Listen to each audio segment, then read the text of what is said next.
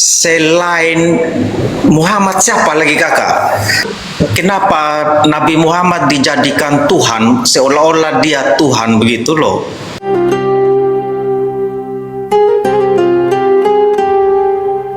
Ustadz, Mau kepo. kakak John kan paling benci sama Muhammad.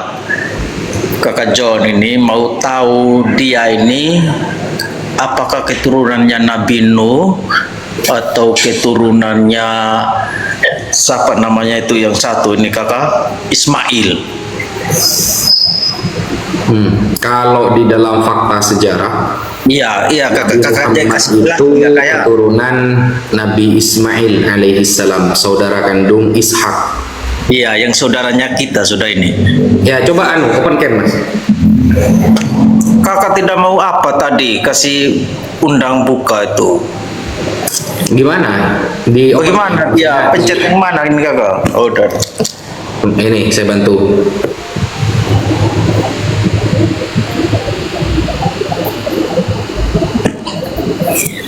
Oke.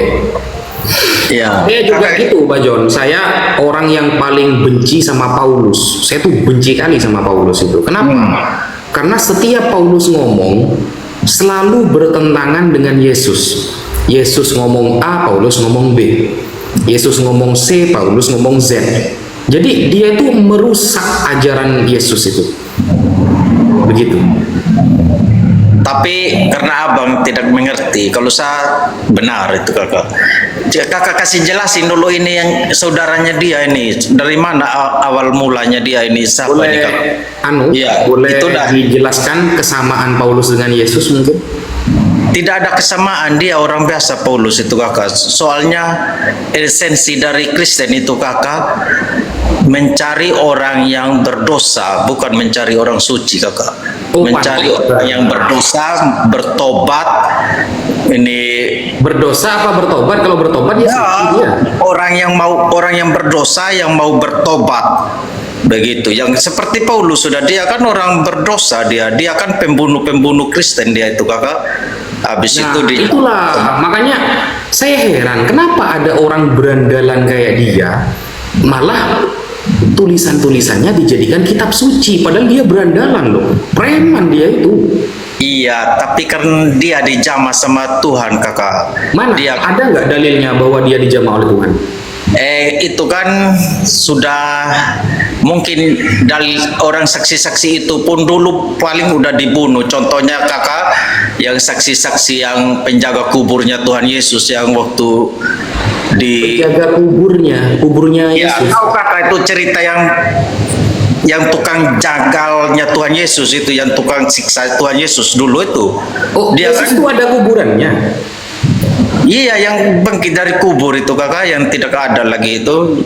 Oh, Yesus mati. Iya, yang kan ini kan kakak tidak tahu. Ini nih Tuhan Yesus ini kakak, Allah sendiri ini yang menjadi manusia. Jadinya Tuhan yang menjadi manusia kakak, bukan kayak sekarang manusia yang jadi Tuhan. Kayak Muhammad dah begitu. Sosok Tuhan jadi kayak manusia. itulah yang saya cekel kakak.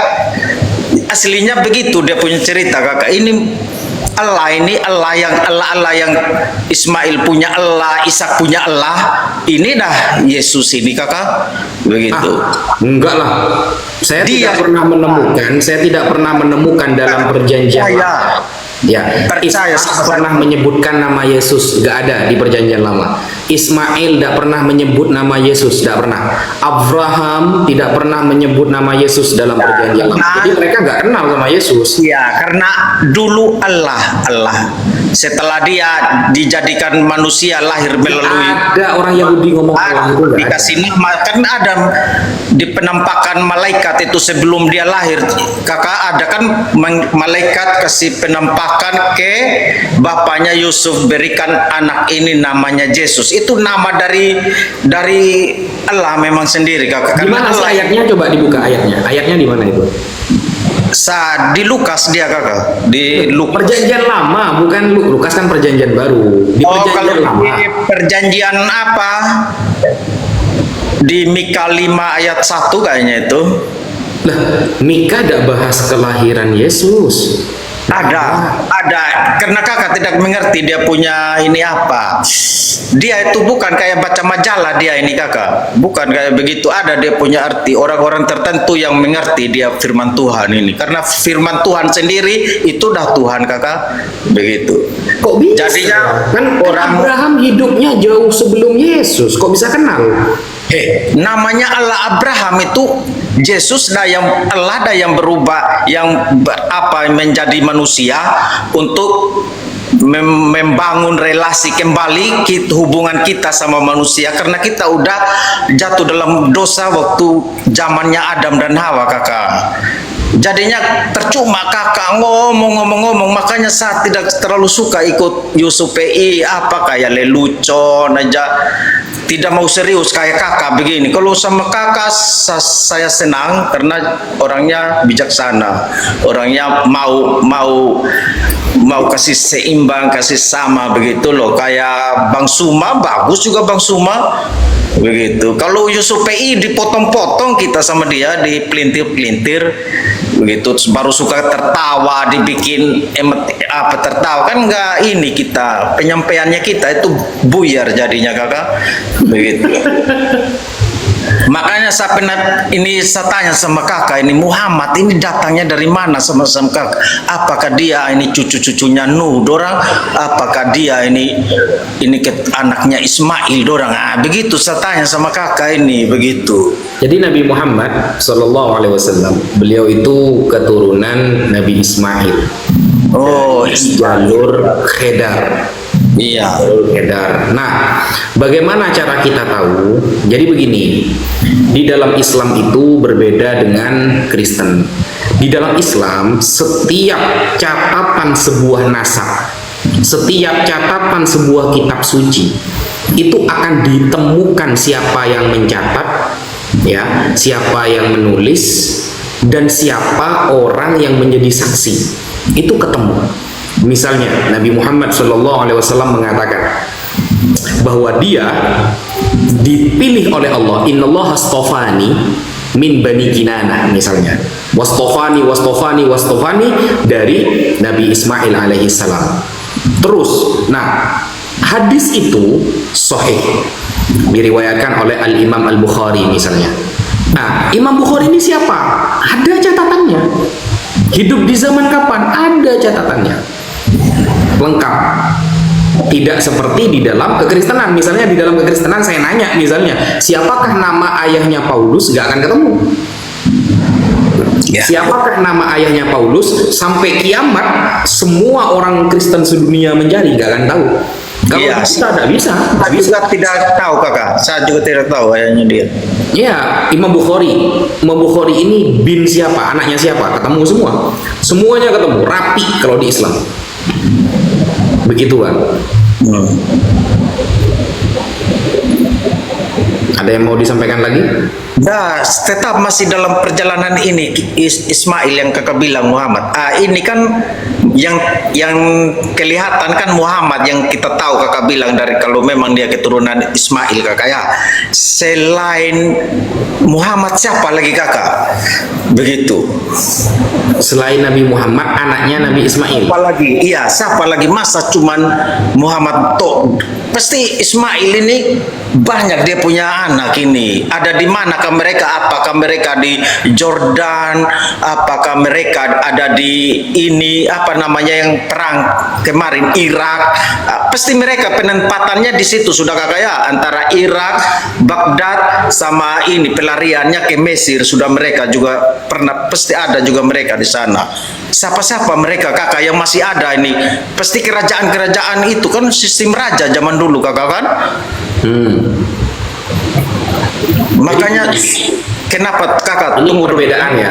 Ya tunggu dulu sebelum kakak jelasin ya. Saya ada maksudnya supaya kita ini jangan terus membahas ini, biar ada hikmatnya juga orang yang mendengar. Saya tidak ada dendam, saya tidak apa begitu, biar tahu kita ini saudara semua. Begitu kakak. Begitu. Kakak jelasin sudah. Biar semua teman-teman di bawah mengerti tahu semua. Ya, jadi Nabi Ibrahim itu punya dua anak. Satu bernama Ismail. Ismail ini anak pertama. Berarti dia yang memiliki hak kesulungan, memiliki kemuliaan karena anak pertama. Nah, menikah dengan Sarah karena kemudian awalnya kan menikah dengan Sarah, kemudian tidak punya anak, akhirnya menikah lagi. Abraham menikah lagi dengan namanya Sayyidah Hajar. Nah, dengan Sayyidah Hajar punya anak namanya Nabi Ismail. Akhirnya punya anak kedua namanya Nabi Ishak. Dan kedua-duanya adalah orang soleh, orang baik. Karena kedua-duanya adalah putra orang baik. Siapa? Abraham adalah orang terbaik di zamannya. Di saat itu dia orang terbaik. Bahkan di dalam perjanjian lama dikatakan yang mengutuk Abraham berarti mengutuk Allah. Nah, berarti kan Abraham orang baik. Anaknya orang baik juga. Nah, Ishak punya anak kembar. Yang satu Esau, yang kedua Yakub. Nabi Ismail itu juga punya banyak anak. Karena dikabarkan dalam Bible, ya dalam kitabnya Abang, bahwa Ismail ini akan menurunkan bangsa yang besar. Bangsa yang besar, banyak. Cuma karena yang menjadi nabi itu rata-rata dari keturunan Ishak, yang menjadi nabi ini rata-rata dari keturunan Ishak. Karena ketika Ishak punya anak Esau, yang seharusnya Esau ini mendapatkan hak kesulungan, ternyata Yakub dengan cara yang tidak etis waktu itu mendapatkan hak kesulungan dari Ishak. Yakub punya 13 anak. Dan dari keturunan ini banyak yang menjadi nabi. Ada Nabi Musa dari keturunan Lewi. Ada Nabi, banyak banget ini. Ada Yusuf, ada Binyamin dan lain sebagainya. Karena Yakub punya 4 istri. Salah satu istrinya namanya Rahel. Dari Rahel lahir 2 anak, Yusuf dan Binyamin. Yusuf nabi. Dari Yehuda banyak lagi. Dari Lewi banyak lagi. Nah, di dalam Al-Quran juga tercatat bahwa yang menjadi nabi-nabi itu rata-rata dari keturunan Nabi Ishak. Nah, Nabi Ismail ini karena bukan nabi keturunannya, ya keturunannya cuma 1 nanti. Apakah anaknya banyak? Banyak. Anaknya banyak, gitu loh.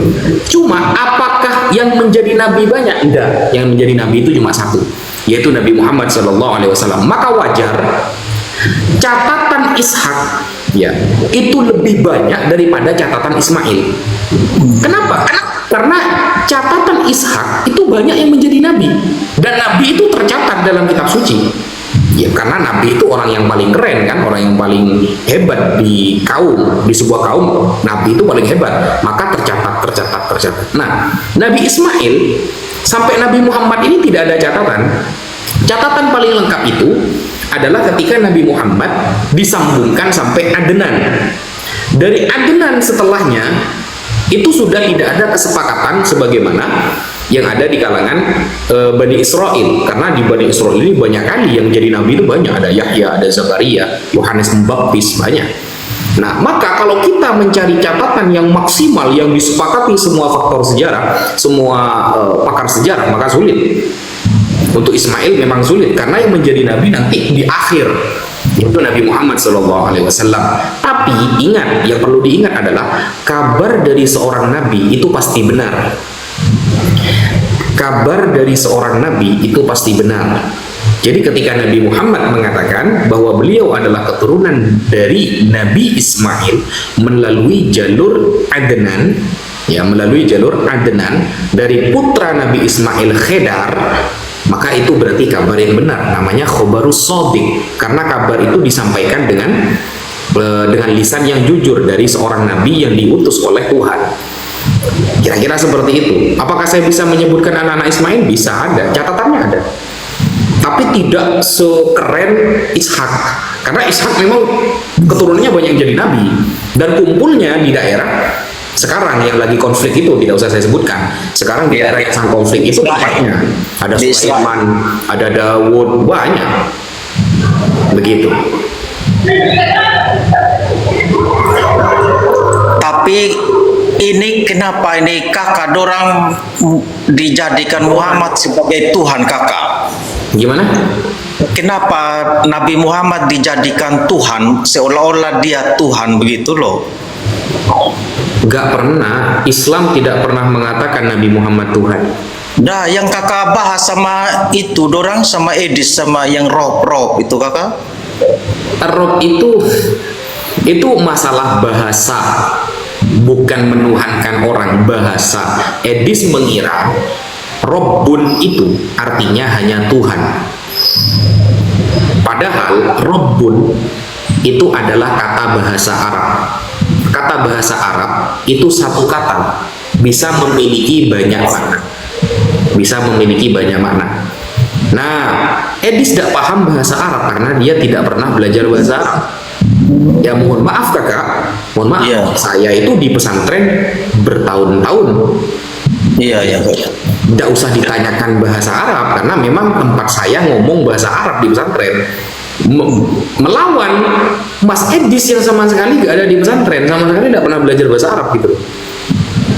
Jadi lucu ketika Edis menganggap Nabi Muhammad adalah orang yang dituhankan oleh Islam. Iya. Ya, dia menganggap Nabi Muhammad itu kita tuhankan. Padahal Rasulullah, Nabi Muhammad sendiri mengatakan, innama ana basyarum mithlukum yuha ilayya. Aku hanya manusia biasa, sama seperti kalian, kata Nabi Muhammad. Manusia biasa sama, cuma bedanya yuha ilayya. Bedanya aku dapat wahyu. Kata Nabi Muhammad, bedanya aku dapat wahyu. Makanya Nabi Muhammad mengatakan la taturuni kama atorotin nasara ibnu Maryam. Jangan sampai kalian terlalu mengagungkan aku sebagaimana orang Nasrani mengagungkan putra Maryam sampai taraf dituhankan. Padahal Yesus tidak pernah mengatakan sedemikian. Misalnya, jadi Nabi Muhammad sudah mewanti-wanti, jangan terlalu mengagungkan aku sampai taraf menuhankan. Kata siapa? Kata Nabi Muhammad. Nabi Muhammad mengakui itu. Jangan menuhankan saya manusia biasa. Makanya Nabi Muhammad itu pernah lupa. Beliau ya juga tidur, beliau ya juga makan, karena beliau manusia. Cuma bedanya beliau dapat wahyu. Beliau yang diutus oleh Nabi Muhammad, oleh Allah Subhanahu wa Ta'ala, sama seperti Yesus. Yesus makan, beliau minum, beliau orang mulia. Nasrani dengan Islam itu sebenarnya apa kesamaannya? Sama-sama memuliakan putra Maryam. Cuma bedanya kita menganggap beliau nabi, Anda menganggap Tuhan, gitu. Jadi tidak boleh menghujat putra Maryam, karena Maryam dan putranya adalah orang baik, orang yang dipilih oleh Tuhan. Islam tidak boleh menghujat Maryam dan putranya. Kristen apalagi yang menganggap Tuhan. Sama-sama. Justru sebenarnya yang menghujat dan menginjak itu adalah orang Yahudi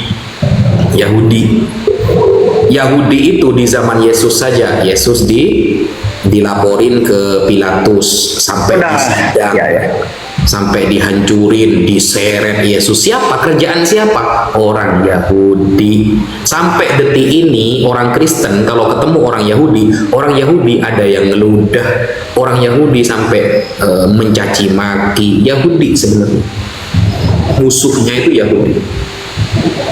Begitu. Tapi kalau kakak memang satu jalur sama Abraham, sama Ishak, sama Yakub, tapi lebih ke junjungnya ke Al-Quran kakak ya, tapi tidak terlalu efek ini kitab para nabi ya, kalau menurut penilaiannya saya kakak ya, kayak hadis-hadis diutamakan. Itu kenapa sedangkan kakak saya nyimak dari tadi mengutamakan yang kakak ngomong, tapi pas saat dibelajarkan untuk apanya utamakan hadis, utamanya Quran, begitu. Kenapa tidak masuk ini kitab para nabi ini di kakak punya ajaran? Kenapa kita ini yang menjunjung ini tinggi ini ajaran yang nabi yang dari keturunannya Ishak yang paling banyak ini kakak, begitu. Kenapa? Apa alasannya kakak tidak menjunjung itu? Ya, jadi begini Bang. Kenapa saya tidak percaya kepada the Bible? Dari Kejadian, Imamat, Bilangan, Ulangan, Keluaran, terus sampai Nikah. Perjanjian Baru dari Matius, Markus, Yohanes, kisah para rasul sampai Wahyu. Kenapa saya tidak percaya? Karena satu alasannya. Kenapa saya tidak percaya? Satu alasannya, Bang. Karena sampai sekarang saya tidak tahu siapa yang menulis manuskrip tersebut. Misalnya, ada sebuah buku, Bang. Ya, buku misalnya. Di buku ini ada tulisan nih. Yohanes, Matius, Markus, Lukas, Yohanes 1 ayat 1. Tapi saya tidak tahu siapa yang mencatat buku ini, yang mengatasnamakan bahwa ini adalah tulisan Yohanes, yang mengatasnamakan ini bahwa tulisan Matius. Siapa yang mengumpulkan manuskrip itu, saya nggak tahu. Saya tanya kepada pendeta dari tingkat A sampai tingkat Z, mereka nggak ada yang tahu. Nah, bagaimana saya bisa percaya kepada sebuah tulisan, sebuah karya yang saya nggak tahu siapa penulisnya? Apakah orangnya jujur? Apakah orangnya pernah berbohong? Apakah orangnya pernah terjaga kredibilitasnya? Apakah orangnya itu maksimal ingatannya, cekatan? Saya nggak tahu. Bagaimana saya bisa percaya? Sedangkan Al-Quran, hadis, sampai kepada saya, misalnya Rasulullah mengatakan 1400 tahun yang lalu, Nabi Muhammad mengatakan innamal a'malu binniyati wa innamal likulli imri'in ma nawa, bahwa segala amal tergantung niatnya, kata Nabi Muhammad 1400 tahun yang lalu. Saya bisa menemukan siapa yang mencatat hadis itu dari dulu sampai sekarang. Saya bisa menemukan catatan-catatan itu dari 1400 sampai sekarang. Bisa saya ketahui. Dan orang-orangnya jelas. Harus orang-orang yang jujur, harus orang-orang yang kredibel, harus orang-orang yang cekatan. Itu bisa. Begitu. Bible ada namanya Codex Sinaiticus, ada Codex Vaticanus yang keluar di abad keempat Masehi. Kita tanya kepada semua pendeta di dunia ini, siapa yang menulis kodek-kodek tersebut? Siapa yang menulis manuskrip tersebut? Sampai detik ini tidak ada satupun pendeta yang bisa menjawab itu. Bagaimana dia bisa percaya isinya? Kepada penulisnya saja dia tidak tahu. Begitu, Bang. Setelah kakak belajar itu berarti tidak masuk dalam kakak karena tidak ada ini latar belakang modelnya seperti begitu kakak ya. Iya, tidak ada penulisnya nggak ketemu. Enggak begitu kakak ya. Sekarang pertanyaannya kakak kan udah belajar hadis Al-Quran, apakah ada isi kasih di situ? Sebuah kasih, ya, sebuah kasih yang benar yang timbul dari hati. Oke. Karena saya ini dua-duanya saya percaya, karena saya percaya Tuhan itu ada di hatinya saya. Kalau hatinya saya baik, pasti orang akan baik sama saya. Begitu. Makanya kenapa tidak ada satupun kata kasih, sedang kita butuh kasih. Begitu. Oke. Bismillahirrahmanirrahim. Jadi begini, Bang. Kristen punya background adalah agama kasih. Padahal, Bang, Al-Quran di ayat pertama itu langsung menyebutkan kasih. Al-Quran, Bang. Pertama abang buka Al-Quran, langsung yang muncul adalah ayat kasih. Bismillahirrahmanirrahim. Bismillahi dengan menyebut nama Allah. Ar-Rahmani yang maha pengasih, yang maha kasih, Ar-Rahimi dan maha penyayang. Tidak ada kitab suci di dunia ini yang ayat pertama kitab sucinya menjelaskan tentang sifat yang maha kasih kecuali hanya Al-Quran. Bible ayat pertama apakah menjelaskan tentang kasih? Tidak. Perjanjian lama buka pertama apakah menjelaskan tentang kasih? Tidak. Weda atau semua agama punya kitab suci, apakah halaman pertama langsung menyebutkan kasih? Tidak. Hanya Al-Quran di ayat pertama secara tegas Allah mengatakan Bismillahirrahmanirrahim dengan menyebut nama Allah. yang Maha Pengasih, Maha Kasih lagi Maha Penyayang. Lalu Allah menjelaskan di ayat pertama, langsung Allah menjelaskan Alhamdulillahi Rabbil Alamin, bahwa segala puji hanya bagi Dia, hanya milik Allah. Siapa Allah itu? Yang Maha Kasih itu Rabbil Alamina, Tuhan semesta alam. Nah, ternyata sifat kasih ini diulangi lagi. Ar-Rahmanir Rahim, Dialah yang Maha Kasih, nggak ada yang Maha Kasih kecuali hanya Dia. Seperti apa Maha Kasihnya Dia? Coba saya kasih contoh. Seperti apa Maha Kasihnya Dia? Satu ayat. Wa ma min dabbatin fil ardi illa 'alallahi rizquha. Apapun agamanya, apapun rasnya, apapun bentuknya, selama dia hidup di bumi dan dia mau bergerak, maka Allah akan menanggung rezekinya. Allah akan memberinya dia makan. Tak pandang KTP-nya apa, tak pandang dia tak punya agama sekalipun, selagi dia hidup di bumi, maka semua rezekinya akan ditanggung oleh Tuhan. Dengan cara apa? Dengan cara apa? Apakah pernah Allah mengatakan dikit-dikit perang, dikit-dikit perang? Tidak ada. Semua perang yang diikuti oleh Rasulullah, semuanya dari 20 lebih itu, tidak ada yang diawali oleh umat Islam dulu. Tidak ada. Buktikan dalam sejarah. Satu saja. Satu saja. Kalau ada dulu di zaman Nabi, konflik terjadi segara-gara Nabi Muhammad, ya, maka saya akan berpuasa selama 1 bulan.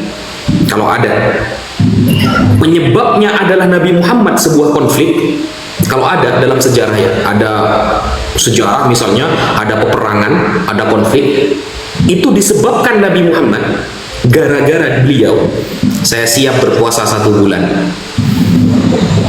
Tidak akan pernah Anda temukan. Tidak akan pernah. Makanya di dalam Al-Quran mengatakan, apa kata Al-Quran?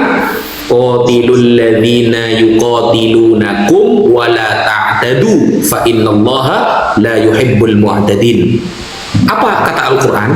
Kalau kamu diserang, qatilul ladzina yuqatilunakum, kalau kamu diserang, kamu harus lawan, jangan diem saja. Ada kita ditembak, kita diem saja. Jangan. Harus lawan. Tetapi wala ta'tadu, jangan berlebihan. Kenapa? Innallaha la yuhibbul mu'tadin. Allah gak suka orang-orang yang berlebihan. Makanya ketika dalam peperangan, Islam, 1, tidak boleh membunuh orang tua. 2, tidak boleh melukai orang-orang perempuan. 3, tidak boleh merusak tempat ibadah. Bayangkan, ketika di tengah-tengah perang saja ada aturan dalam Islam. Tidak boleh merusak gereja, tidak boleh membunuh orang tua, tidak boleh mengganggu wanita. Itu larangan terkeras. Di dalam perang masih ada aturan. Apakah ada yang seperti itu di dalam agama lain? Tidak ada. Hanya di Islam. Begitu, Pak. Aduh, coba benar-benar memang apa yang abang katakan itu yang dilakukan di Konoha ini, Bang, pasti damai ini negeri ini. Tapi semuanya tidak sesuai dengan harapan yang kita harapkan ini. Mau bilang Kristen juga, nah, namanya di Konoha ini memang dari 1000 berapa penduduk ini paling hanya seberapa orang yang seperti kakak ngomong ini. Jadi begini, Bang, abang harus bersyukur di Indonesia ini ada banyak pesantren. Hanya pesantren yang mengajarkan secara lengkap apa itu Islam. Pernahkah abang mendengar ada santri ngebom gereja? Kan tidak ada.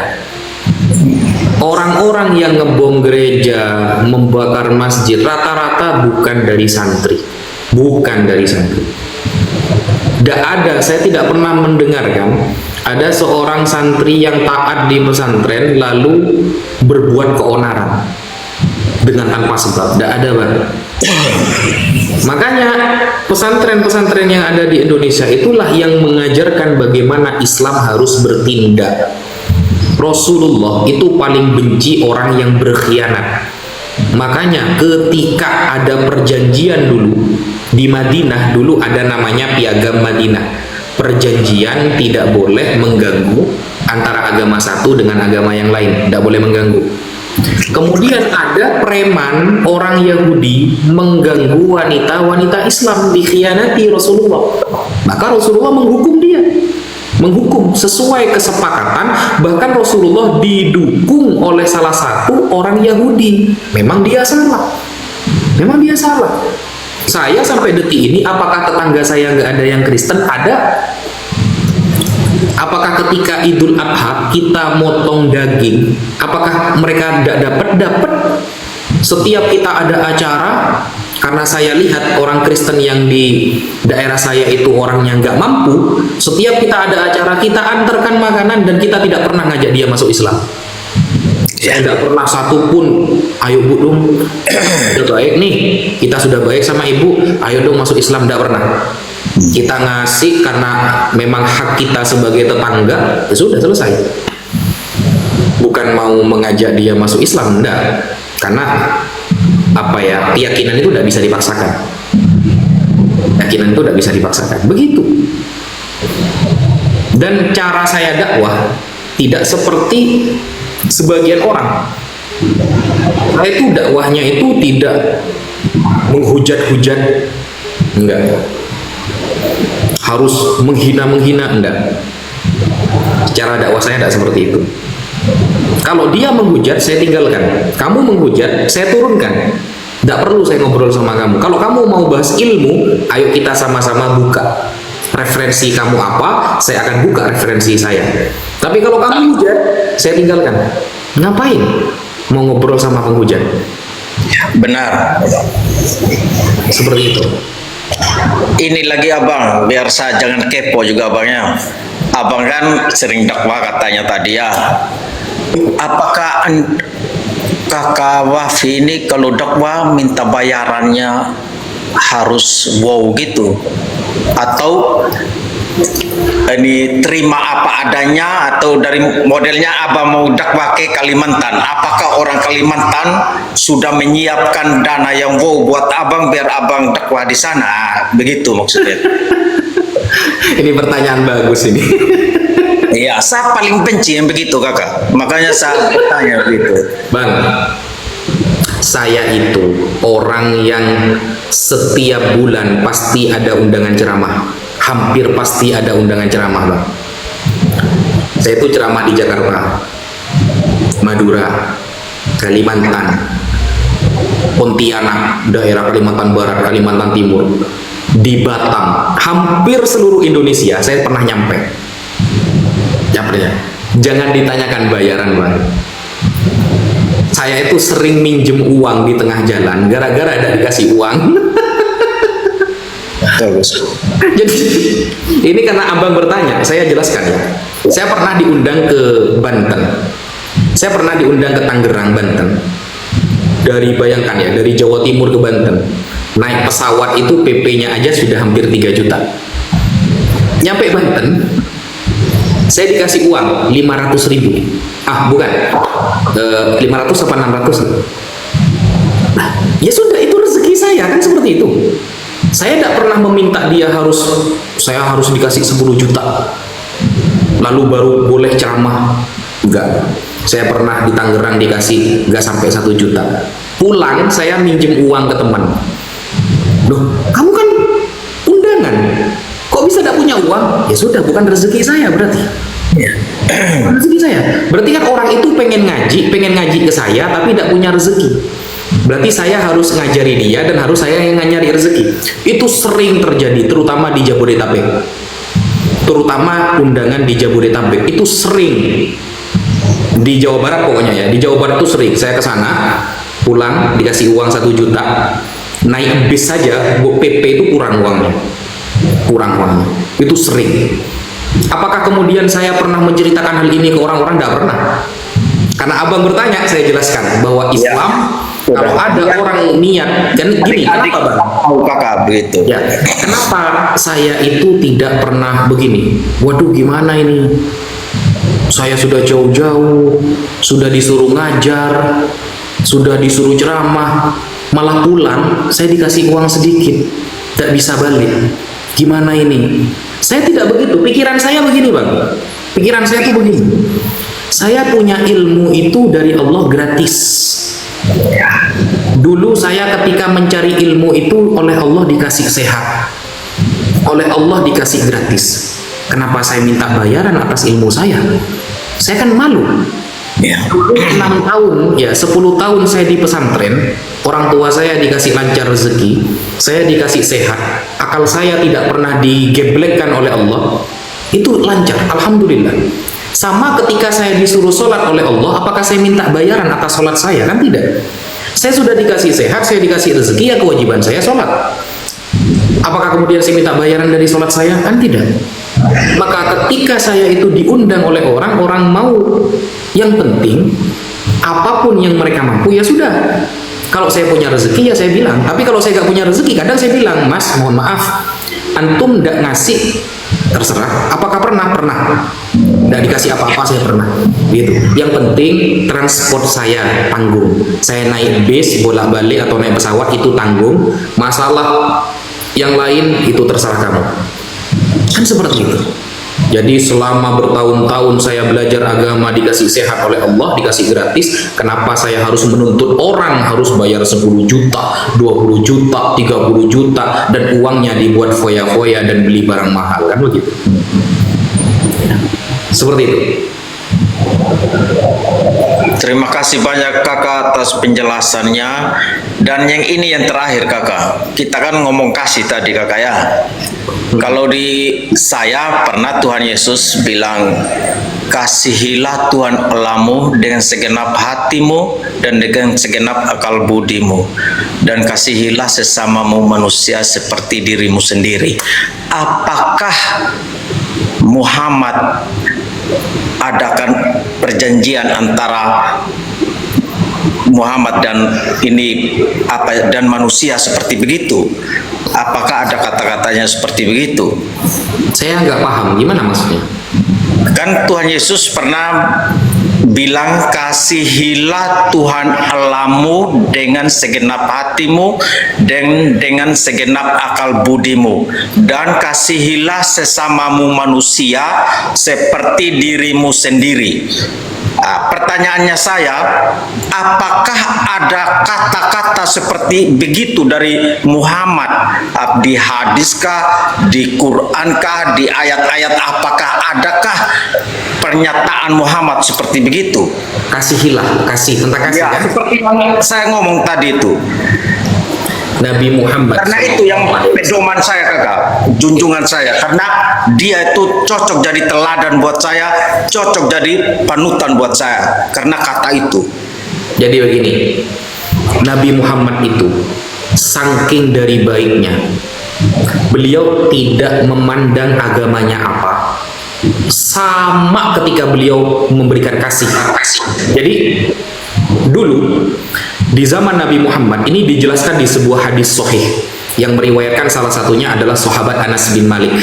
Nah, dulu ada orang non muslim, dia non muslim, ingin menguji keikhlasan dan kasih yang ada pada Nabi Muhammad SAW. Akhirnya si non muslim ini datang kepada Nabi meminta kambing. Apakah kemudian Nabi mengatakan, kamu kan non muslim, saya tidak wajib ngasih kamu? Oh tidak. Ternyata Nabi Muhammad ketika diminta kambingnya oleh si non muslim ini, diberikan semua. Bayangkan, diberikan semua, ambil sesuka kamu. Lalu si non muslim mengatakan, inna Muhammadan la yu'ti ata'an ma yakhaful faqr. Muhammad kalau sudah sedekah seperti orang yang gak pernah takut kepada miskin. Dia tidak takut dia akan makan apa besok, semuanya dikasih. Dan ternyata didikan Nabi Muhammad suka memberi baik kepada muslim dan non-muslim itu dicontoh oleh putrinya Sayyidah Fatimah Az-Zahra. Sayyidah Fatimah kalau ada pengemis datang ke rumah beliau, ya, padahal besok mau makan apa beliau nggak tahu, langsung diambilkan kalung. Bayangkan, kalung kesayangan beliau terbuat dari emas diberikan ke pengemis.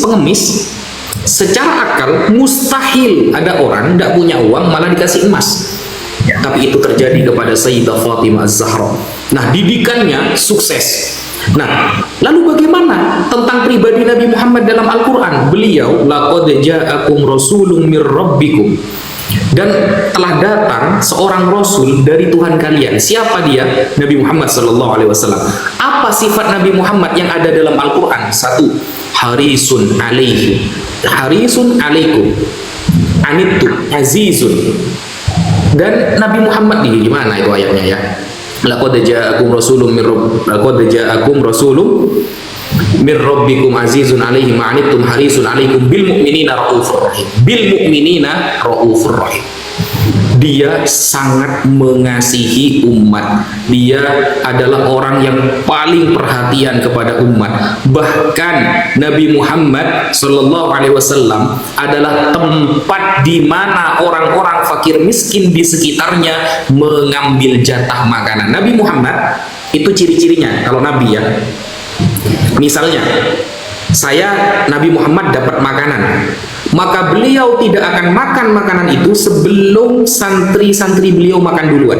Jadi dulu Nabi Muhammad itu punya murid. Muridnya ini Abu Hurairah, ada sahabat Abdullah bin Mas'ud, dan beberapa punya murid. Nah, muridnya ini belajar kepada Nabi Muhammad. Muridnya Nabi Muhammad ini rata-rata orang miskin, orang nggak punya.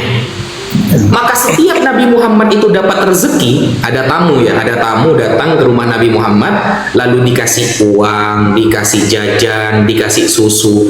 Maka Nabi tidak akan makan makanan itu sebelum muridnya makan duluan. Itu kerennya. Beliau tidak akan makan dulu sebelum semua sahabatnya kenyang, baru beliau sisanya. Kalau sekarang kan beda. Kalau sekarang beda. Malah dia makan duluan, yang fakir miskin diakhirkan. Kalau Nabi Muhammad gak gitu. Sebelum melihat sahabatnya kenyang semua, baru beliau makan. Ada sisanya beliau makan, tidak ada sisanya enggak. Dan itu dijelaskan dalam hadis-hadis sahih, bukan kebohongan. Yang menjelaskan ada, yang menulis hadisnya itu ada, dan kitabnya juga ada. Begitu, Bang. Ya, siap. Jadinya saya juga mau memberikan nasihat buat penonton yang mau 4.500 ini kakak, biar jangan lihat apanya, agamanya. Itu kalau ada pun kesalahan dari oknum-oknum, itu oknumnya itu. Jangan, karena kakak Wafi udah memberitakan kebenaran. Jadi orang yang benar, orang bijak, dengarlah yang benar. Kalau masalah yang lain itu terserah kamu. Kalau memang baik, simpan dalam hati. Kalau tidak baik, buang jauh-jauh atau kubur sekalian. Karena saya sudah paham dari kakak, memang kita semua bersaudara kakak. Begitu. Betul. Dan ya, yang perlu digarisbawahi teman-teman, kalau kita pernah mendengar cerita Nabi Muhammad menyuapi orang fakir. Jadi ada orang non-muslim buta dan dia disuapin sama Nabi sampai Nabi wafat. Bayangkan, sampai Nabi wafat, orang tua miskin buta, dia non-muslim, gak ada yang mau sama dia kecuali Nabi Muhammad. Dan bahkan ketika Nabi Muhammad menyuapi makanan itu, dia kerjaannya fakir miskin ini setiap hari menghina Nabi Muhammad. Bayangkan, setiap hari dia menghina Nabi Muhammad tanpa sadar. Yang setiap hari menyuapi dia adalah Nabi Muhammad SAW, yang menyuapi dia makan. Akhirnya ketika Nabi Muhammad sudah wafat, ternyata yang menyuapi adalah Sayyidina Abu Bakar As-Siddiq radhiyallahu anhu. Nah, ketika Sayyidina Abu Bakar menyuapi, lalu si fakir miskin yang buta ini mengatakan, "Kamu kok kasar? Gak kayak teman saya yang kemarin. Padahal teman saya itu halus kalau menyuapi saya, tapi kamu kasar, gak sama seperti dia." Lalu Sayyidina Abu Bakar mengatakan, "Tahukah kamu siapa yang selama ini menyuapi kamu?" Siapa dia? Dialah Muhammad sallallahu alaihi wasallam yang kamu hina setiap hari. Dialah Muhammad sallallahu alaihi wasallam yang kamu caci maki setiap hari. Dan aku adalah sahabatnya Abu Bakar As-Siddiq. Bayangkan, setiap hari menghina Nabi Muhammad yang ngasih dia makan. Nah, kalau Islam seperti itu, wah keren itu. Iya, itu dah keren itu sebenarnya. Yang penting jangan ketemu Sayyidina Umar, gitu aja. Ya, oh ini kakak ya, kita kan dunia kan belum tahu kakak kalau punya ini Muhammad tidak pernah menyembuhkan orang lumpuh atau orang buta bisa melihat, orang tuli bisa mendengar, orang bisu bisa bicara. Apakah Muhammad ini dapat wahyu-wahyu seperti begitu seperti Tuhan Yesus apa gimana kakak? Coba jangan sampai ada tapi tidak terkemukan begitu kakak. Begitu.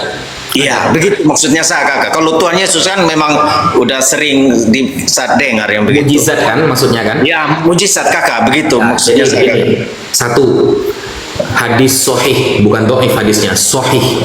Jadi hadis sohih itu hadis yang benar-benar datang dari Nabi Muhammad.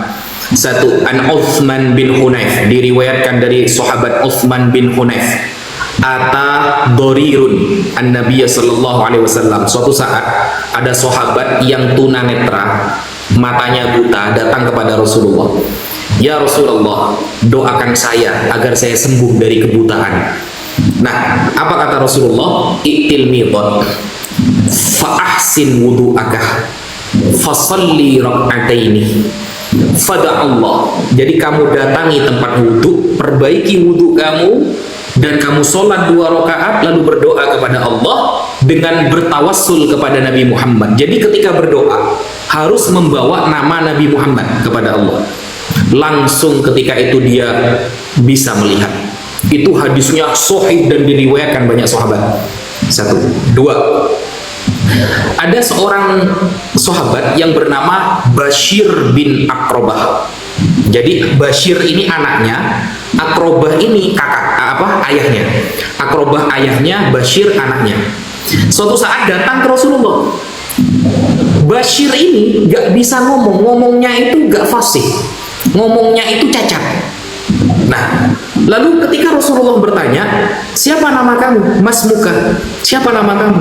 Ana Bahir ya Rasulullah. Ketika bilang Ana Bahir, Rasulullah melihat lisannya itu berat.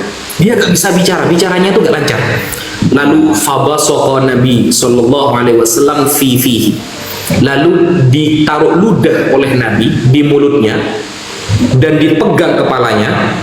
Langsung saat itu Bashir bin Akrobah, orang yang paling fasih saat itu berbicara, dan tangan Rasulullah ketika menyentuh kepalanya saat itu menjadi saksi Bashir bin Akrobah. Saat beliau sudah tua, ketika rambutnya sudah ada uban putih, hanya rambut yang pernah dipegang Rasulullah yang gak putih, tetap hitam. Itu hadis sahih. Keren Rasulullah itu. Tapi apakah kemudian dia dituhankan? Tidak. Karena mukjizat itu bukan tanda dia Tuhan. Musa bisa membelah lautan bukan berarti Musa Tuhan.